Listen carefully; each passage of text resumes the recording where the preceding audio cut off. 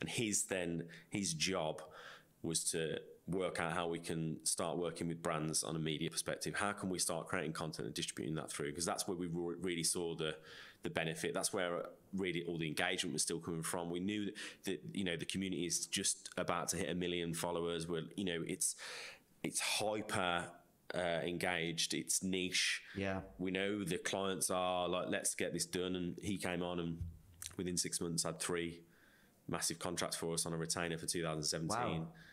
I think we committed like something like 600 grand's worth of revenue, and wow. we didn't own a camera. Like, it was ridiculous. So that January we then employed like 10 people, and then we went at it, and then we became this media business. We became this publisher. Yeah. And then since then we've continued the growth with On the Tools. We now sit at around about 5 million followers across multiple platforms. We've acquired and started more communities. We've acquired a community called On a Budget, which is the opposite of On the Tools. It's 3.5 million women in the UK that share ideas around home decor, DIY, gardening.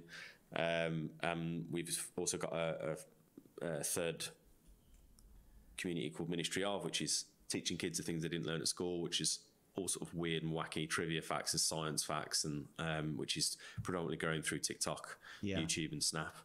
So now we've Electric House now sits at just under 11 million followers of 3 core UK communities, and that's our focus.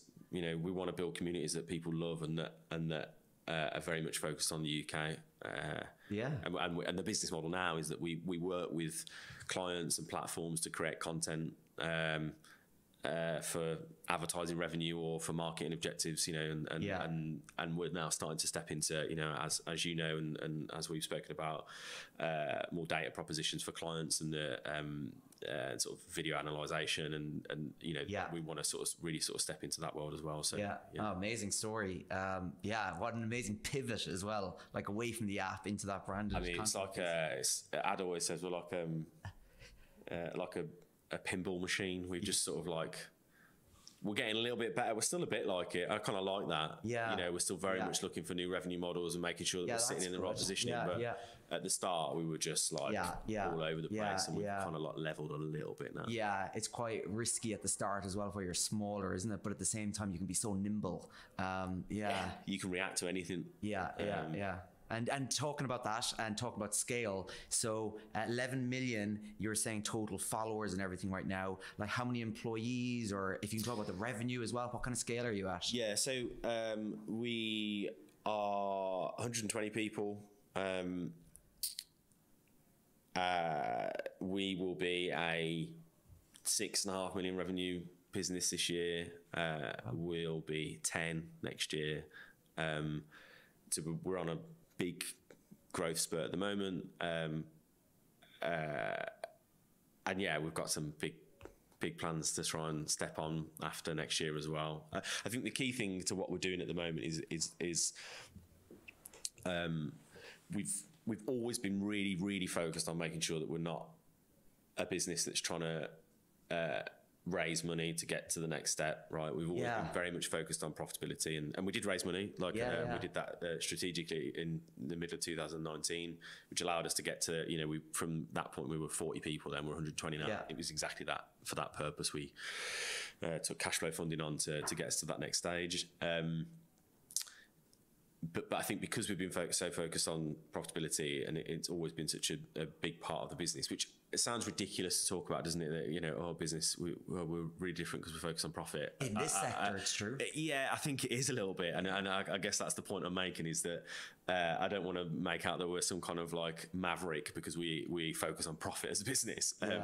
But I think what that's going to help us do is that we've invested so much this year and we'll still be pretty profitable. But next year we've become incredibly profitable, which allows us, and because we've always had that core focus, even through growth, even through times where we're scaling an insane amount in terms of resource and things, we've always still been like, but are we gonna be profitable? Because we're not, we shouldn't do it. Whereas I think what's happened with other publishers in the space, it's been like, let's grow at all costs. Let's not worry about that bottom line. We'll just do the revenue scaling, which I think works if you've got some tech behind you, and if you haven't, I think you fall into a bit of a dark space where you can't get the multiples you need to raise more money because you haven't got that bit of IP and the tech that you need. You just grow, you know, back to Andy's point, likes don't pay the bills. You can grow loads of followers and that's fine. But I think you've got to still have at the core of it, you still got to have a good functioning business. And I think that's something we've really focused on. So I think that will set us into next year and beyond to be able to scale a lot quicker than what we have already, actually. What that looks like, and I don't know, but it's exciting.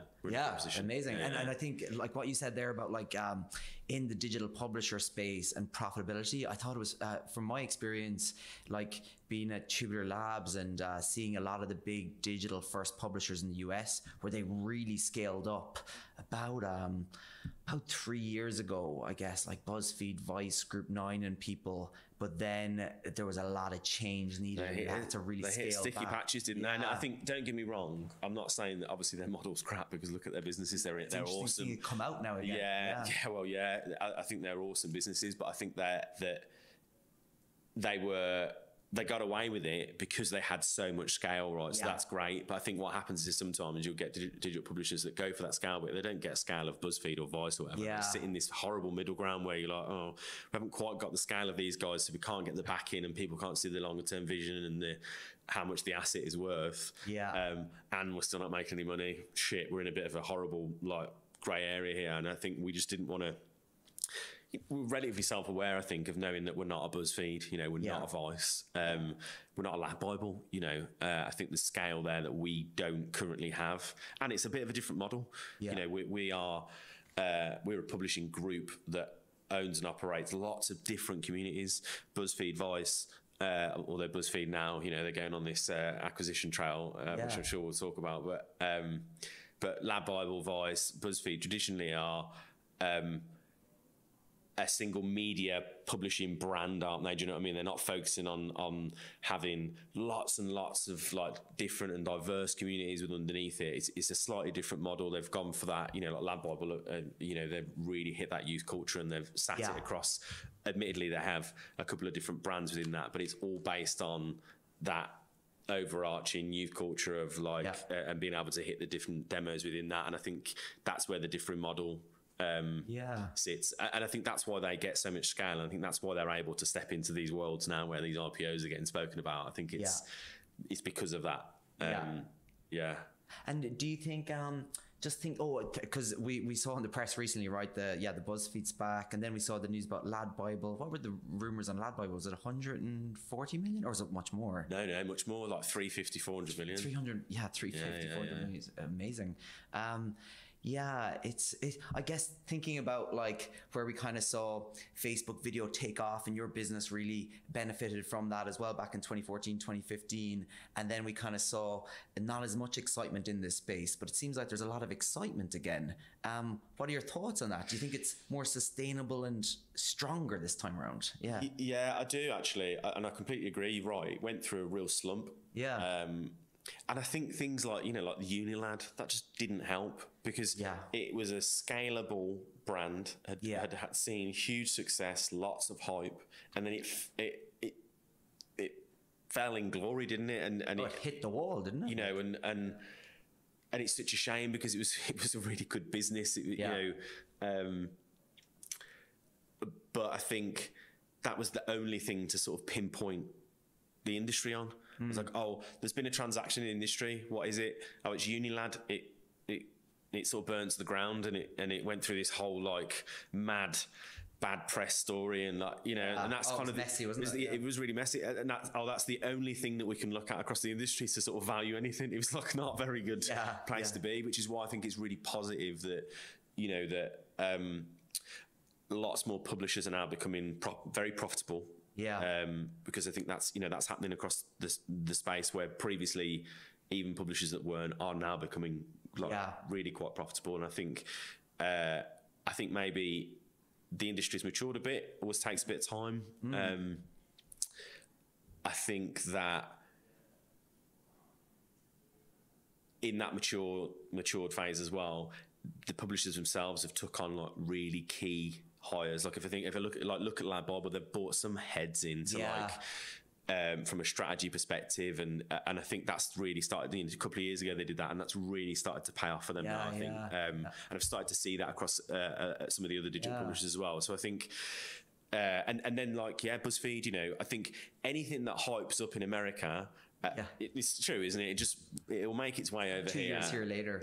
And I think, you know, BuzzFeed, Vice, BuzzFeed buying Complex for such a high amount, you know, $300 million. That you can't ignore it. It doesn't matter whether you think it's a good industry or not. You have to go like, oh, there's something going on in the space there. There's money being put into it. And for me, I think the reason it's really starting to take shape now is I think more broadly, brands, private equity, venture are all starting to see the power of a community online, particularly through social, and with the platforms pushing for this race to social commerce. I think what's happening is that everyone's like, oh, okay, hang on a minute. These digital publishers have got all the eyeballs. They've got all the setup to create content. They're engaging with millions and millions of people every single hour. And the platforms are going to try and start selling products through the platform directly in there. There's a connect there, isn't there? People go, okay, the supply chain's starting to appear through these platforms and through these publishers. And because it's so hard to build communities, if you just come and tell it from scratch now, I think there's an exclusivity and a race to go, hang on, how do we mop all this up? Because soon it's going to be too difficult. We're going to miss the boat. It's going to be too difficult to build these communities and build these media brands. We just need to make sure that we've got hold of some of them. And I don't think it helped that the more traditional publishing world, your BBCs, your Skies, your Channel 4s, the broadcasters were slow to it.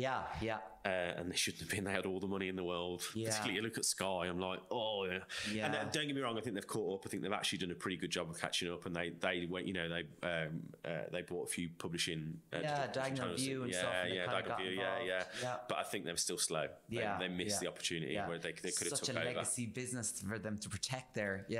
Well, they were at two minds, weren't they? If we moved to here, we're moving people off the eyeballs that are paying for our subscriptions, and I just think they were too slow to move.